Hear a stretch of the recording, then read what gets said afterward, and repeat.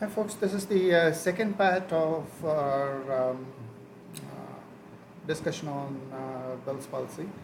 In this, I'm going to talk mostly about the treatment options available for um, Bell's palsy, right? So the first thing we want to remember is the nerve is inflamed, even though our understanding of the etiology is slightly limited. We have a better understanding of the pathology, and the pathology is inflammation of the nerve. So have three parts to the treatment. The first is the drug, and drug is mostly for reducing inflammation. Education and reassurance is, remember, the face is a complex organ which is sort of it reflects what is inside you, your emotions, your perception of what you are, who you are, and things like that. So because if that goes haywire, you need a certain amount of reassurance from the healthcare professionals, and you need XX, right? Right. So the drugs of choice for acute management is steroids and antivirals. Remember,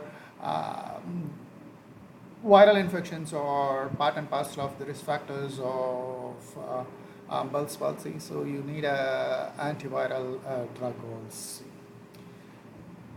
So I'm going to use again a Cochrane database whenever it's possible to highlight the available evidence, right? So there is a Cochrane review on corticosteroids for Bell's palsy, right? So in the first picture you can see there is 1, 2, 3, 4, 5, 6, 7, 8, 9, 10. 10 people with Bell's palsy. Right? If you have 10 people with Bell's palsy, if you are treating 10 people with Bell's palsy, what happens is you get 9 of them get better, right? This is the down picture is basically I've shown it as a person who has recovered, and one person may not recover, right? That's what they call it as a number need to treat, right? Number need to treat is way of telling clinicians to understand what is the result saying, the effect size, right? And so it says that for 10 patients, if you treat, one patient will not fully recover, or they will have an incomplete recovery at 6 months time, right? So the incomplete recovery at 6 months is called as the event. So if you have 10 people who have, if you give them steroid, one person may not recover fully. That range can go anywhere from 6 to 20. What it means is, if you, in some cases, if you treat 6 people, you will get one patient who is not recovering fully. In good conditions, you will have 20 people. If you treat, you will get only one person. Remember, in the earlier video, we have shown also some points of who will not recover, probably older people, people with hypertension, people who have pain in these regions. So if you have patients like that, you may consider them to have a poor prognosis. That's what you get with corticosteroids. The antiviral systematic review is slightly older one, again, which says that if you or if you administer steroid and antiviral, the recovery is slightly, the chances of getting a full recovery is slightly higher, right? That's what the evidence is saying. And so remember, you will have anywhere from 10% to 30% of people who will not recover fully. So the next one is your physical therapy. There are different types of physiotherapy. You will all know that facial exercise, electrotherapy, feedback, all these things. Now, exercise therapy is, we think there are three parts or three types. One is your basic exercise where you tell them to do this, and A, E, I, O, U kind of thing, these exercise, right? And then you have Mime, right? That's basically expression training. And you have functional training, which is well in a rudimentary stage, but anyway, we'll just throw some light on it. Okay, what's mime therapy? Mime is basically this person, right? People with painted things like that. So rather than telling them to do an eyebrow movement like this, they tell them to go like that, right? That is, go fearful and surprised. That kind of expression training, they do that rather than simple exercise. And one of the good things about it is people who have not recovered after 6 months, right? That is chronic people with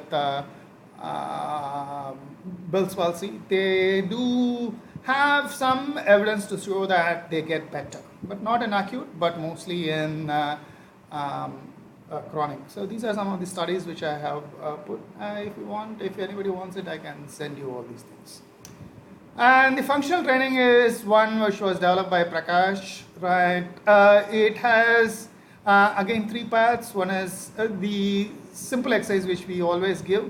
Another one is called as your functional exercise. Another one is your education. The idea here is fairly simple.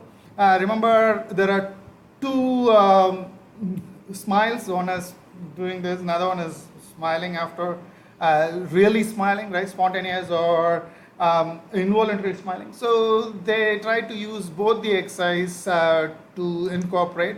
Again, they did it in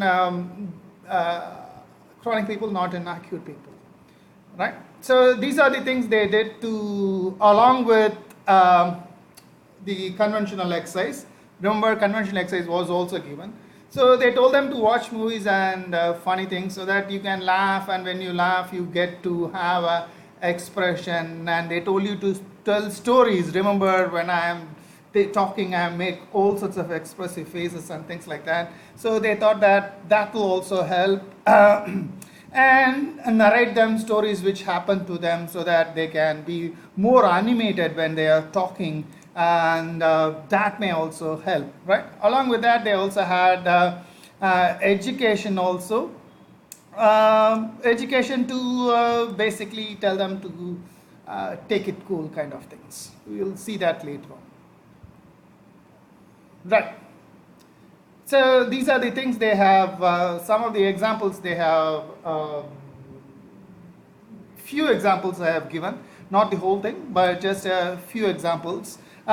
This is one thing which I think is a good thing to play peekaboo. Peekaboo is you go like this, right, with your child, and when you do that, your eyes all pop up and things like that. That may help you and things, right, when you are trying to recover. So you'll see what's the evidence for any of these things. The first thing is exercise, right? Remember, the whenever you do an exercise, along with your drug treatment, it is not just your drug treatment or not just your exercise, right? It is not clear whether that will decrease your chances of recovery. That is, we said that 10 in 1 will have this issue. That may not change. Even in there are the review which I have posted here is slightly older one, 2008.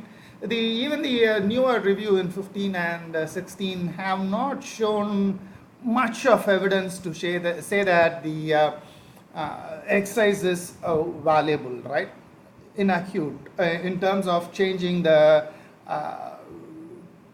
people to get a complete recovery, right?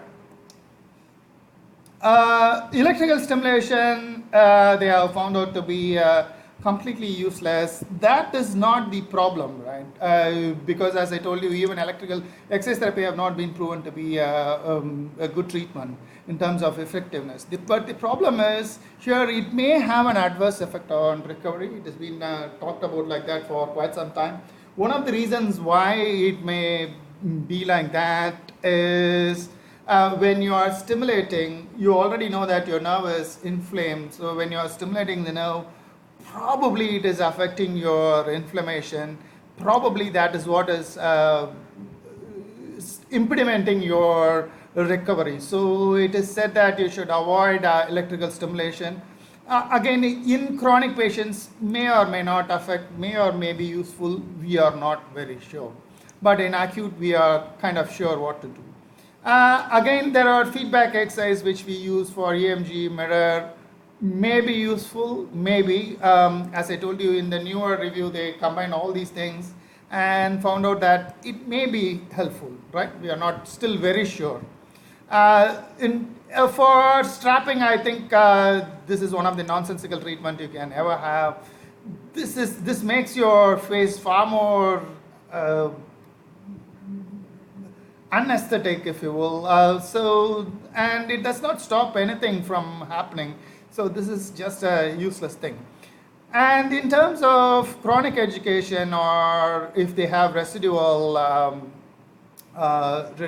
if they have not recovered very well, the education is not very clear in the literature, except for Prakash's idea. None of them have made much of contribution to it. Even the Prakash idea is basically, a lot of information has been derived from people with acid attacks, burn victims and things like that.